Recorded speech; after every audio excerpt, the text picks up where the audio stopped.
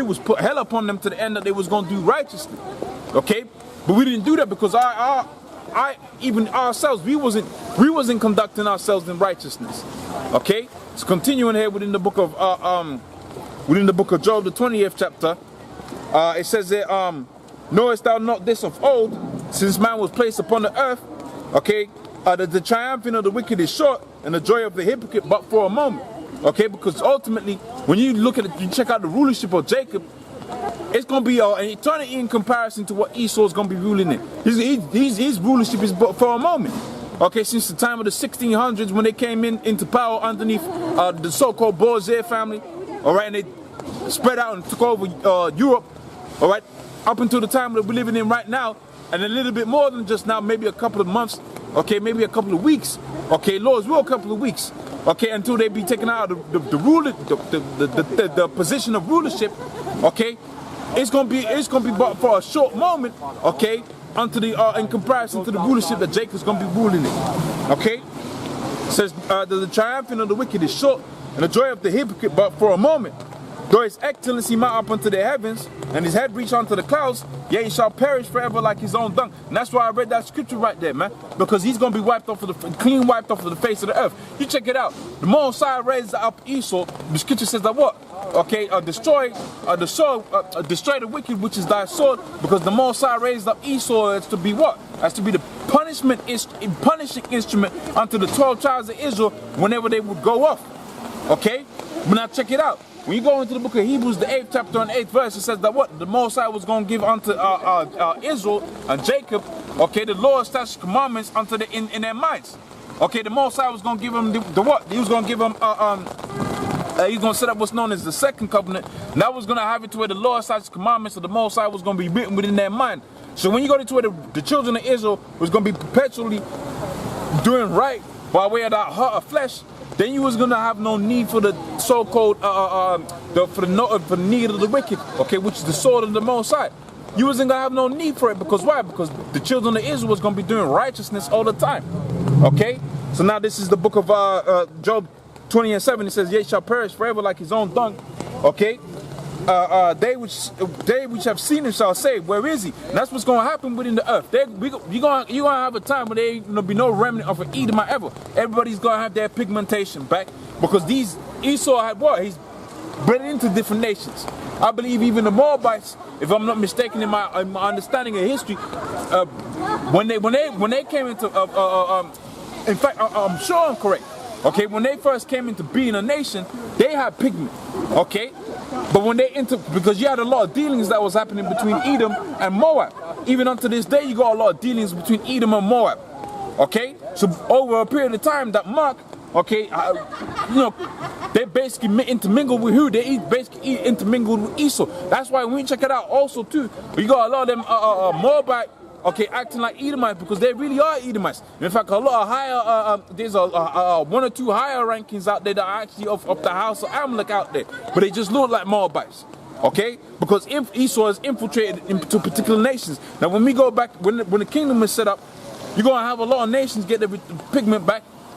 Of course, them Israelites that were scattered amidst them to look like Edomites, they gonna get their pigment back. Okay, so continuing, it says there, they which have seen him, okay, they which have seen him shall say, where is he? Okay, he shall fly away as a dream, he shall not be found. Okay, he shall be chased away as a vision of the night. The eye also which shall see him shall see him no more, neither shall his place behold him anymore. So they're out there within the ruling class position right now. But guess what? That's only for a certain amount of time. Remember, the scripture says the Most High set up his bounds, okay, that he cannot pass. He can't go beyond that point. Okay, he ain't going to do some amount of righteousness, and the Most High was going to extend his rulership. Okay, the Most High set up his bounds that he cannot pass. All right, he says, he shall fly away as a dream, he shall not be found, yea, he shall be chased away as a vision of the night. The eye also which seen him shall see him no more, neither shall his place behold him anymore. Okay, his children, so that's pretty much it, all that I wanted to get on that particular precept. Now going back onto the book of Obadiah, okay, that's pretty decent.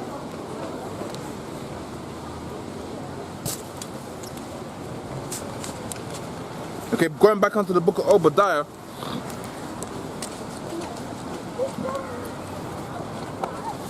So I'm just gonna finish up now, and then pretty much that's it. Okay, but I'm gonna finish up this chapter right quick, and that's gonna be it. So Obadiah 1, and this is 8, and says, "Shall not in that day, saith the Lord, destroy even the wise men of Edom, and understanding out of the mount of Esau. Okay, the mighty men of Teman shall be dismayed, to the end that of everyone of the mount of Esau shall be cut off by slaughter." And we read about that within the book of Obadiah. And when you check out what they've done within the earth, man, it makes sense that the Most High is going to do that. Okay, you go to where trees ain't growing properly. Okay, if they get allowed to grow at all, because you got a major thing out here with Esau of what's known as deforestation. Okay, they like to cut down trees, man. Okay, you go to where the animals, a lot of the animals that you had maybe 20 years ago, they are underneath what's known, or classification that's known as what? Endangered, man. Okay, whether the habitat that it was living in is been destroyed, okay, or maybe they've been poached, because you know Esau is into that weird magic, so they'll eat rhino's horn mixed with water or some craziness like that, in the belief that it's gonna give them, and on the left hand side they will have left hand side power, man, through certain things that they do. But that makes it to where certain animals become what? Endangered or whatever. Okay? So when you check out what they've done to the earth, you realize why the Most High has gone as far as saying, look, the Lord, they wasn't even going to be a people within the earth after a certain amount of time. Okay, so continuing, it says, for that violence, and the main thing that the Lord is going to destroy them for is the violence that they had against the children of Israel. Okay, the people, the Most High. Okay, the children of the Most High. Okay, the gods within the earth, so you can understand. The apple of the Most High's eye. The Lord set it up that what? For the violence that they had against the children of Israel, they was going to get the greatest judgment ever written within the scriptures, because they're the nation that put their hands more so on Jacob than any other nation. Okay, they moved Israel out there from Europe, because you had the first slave ships, okay, that came from Europe. Okay, they moved those into the Americas, and also too the amount of Gadites, okay, Reubenites, okay, and Manasseh and so on and so forth that they killed is innumerable. They didn't even document that, man.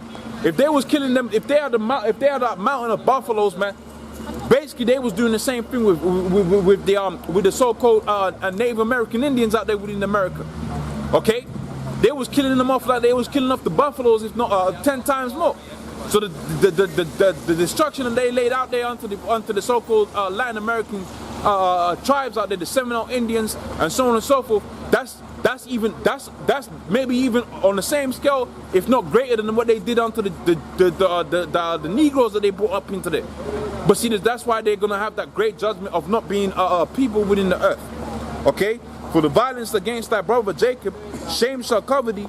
Okay, shall cover thee, and thou shalt be cut off forever. Okay, and it says, in that day thou shalt, in the day that thou stoodest on the side, in the day that strangers carried away captives, his forces and foreigners entered into their gates and cast lots upon Jerusalem, even thou was as one of them. So when it was the time for the Babylonians to rise up, okay, and the Babylonians came up against what? They came up against the house of Judah, because you had it to where the so-called northern tribe, the Latin-speaking tribe, so to speak. Okay, they was taken captives by way of what? By way of the Assyrians. By the time the Medo-Persians came by the time the Babylonians came, all right, you had it to where what? You had it to where just Judah was left.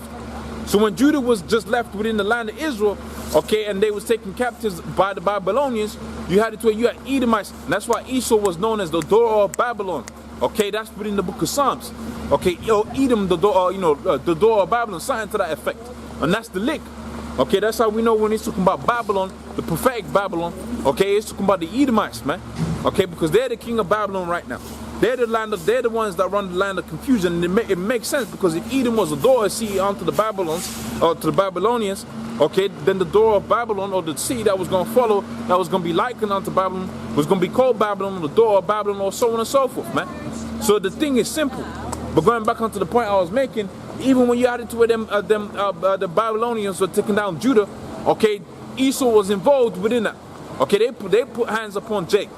Okay, so even going back onto there, they was involved, and when they had the rulership, when they had the upper hand, now again they was involved.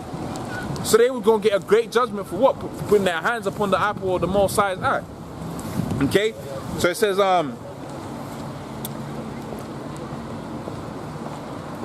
and foreigners entered into his gates and cast lots upon Jerusalem, even thou wast as one of them.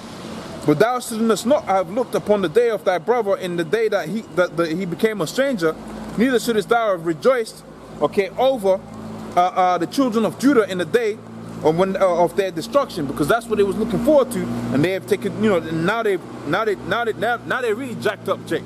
Okay. Neither shouldst thou have stood in their crossways to cut off those that did escape, because you had certain Israelites during the Babylonian siege, okay, the Babylonian siege of Jerusalem. You had certain Edomites that was getting involved within that. Okay, you had certain Jakes that had escaped. Okay, and when they had escaped, you had it to where what? Esau was cutting them off, man. Okay, and saying, look, hold on, this one has escaped. Okay, so continuing, it says here, neither shouldest thou have stood in the crossways to cut off those that did escape, neither shouldest thou have delivered them up for those that did remain in the day of his distress. Okay, for the day of the Lord is near upon all the heathen. So even as it is upon all the heathen, okay, it's going to be even more so upon Esau. And when the Lord comes, he ain't just coming back to jack up Edomites, he's coming up to jack up these other nations, okay? But the most of the judgment is going to come upon who? It's going to come upon Esau, okay? It says that, for the day of the Lord is near upon all the heathen, okay, and as thou hast done, it shall be done unto thee. Okay, thy reward shall return upon thine own head, and that's just balance. Okay, as far as ye have drank upon my holy mountain, so shall all the heathen drink continually. Yea, they shall drink, and they shall swallow down, and they shall be as though they have not been. Okay, so you got Dubai, okay, you got Abu Dhabi, or whatever you want to call it. Okay, you got Beijing. All of these places is gonna be like they've never been, man, because the Lord's gonna bring them down, just down all the way to the ground. Okay. 17th verse, and it says, but upon Mount Zion shall be deliverance. Okay, not in Mount Edom, not in Mount Ishmael, not in the Mount Ammon, but upon Mount Zion. Okay, upon Mount Zion shall be deliverance, and they shall be a holiness out of the house of Jacob, and they shall possess their possession. So we're gonna take what's theirs and make it ours. Okay.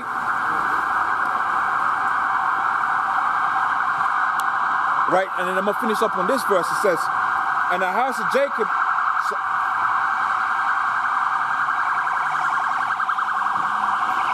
Okay, and the house of Jacob shall be a fire, and the house of Joseph shall be a flame, and the house of Esau shall be for stubble, and it shall kindle in them and devour them. Okay, and there shall not be any remaining of the house of Esau, as spoken, thus say, for the Lord has spoken it. So this thing of Esau being wiped off of the face of the earth was going to take place when? What? When the deliverance was going to come onto Mount Zion. That goes to show you again that the Edomites are still in rulership, because there hasn't been deliverance upon Mount Zion yet. That hasn't taken place yet. So when Jacob becomes a fire within the earth, okay, and the Lord's name is magnified, that's when the Edomites was going to be destroyed. Okay, so Lord's will, that was of edification. Okay, and hopefully, you know, I brought home the point that I'm going to say, all praise unto Yahweh, Shema outside, Wahara Kakadash. Double honors unto the apostles, a great millstone. Honest you brothers that be pushing this truth in sincerity. Shalom.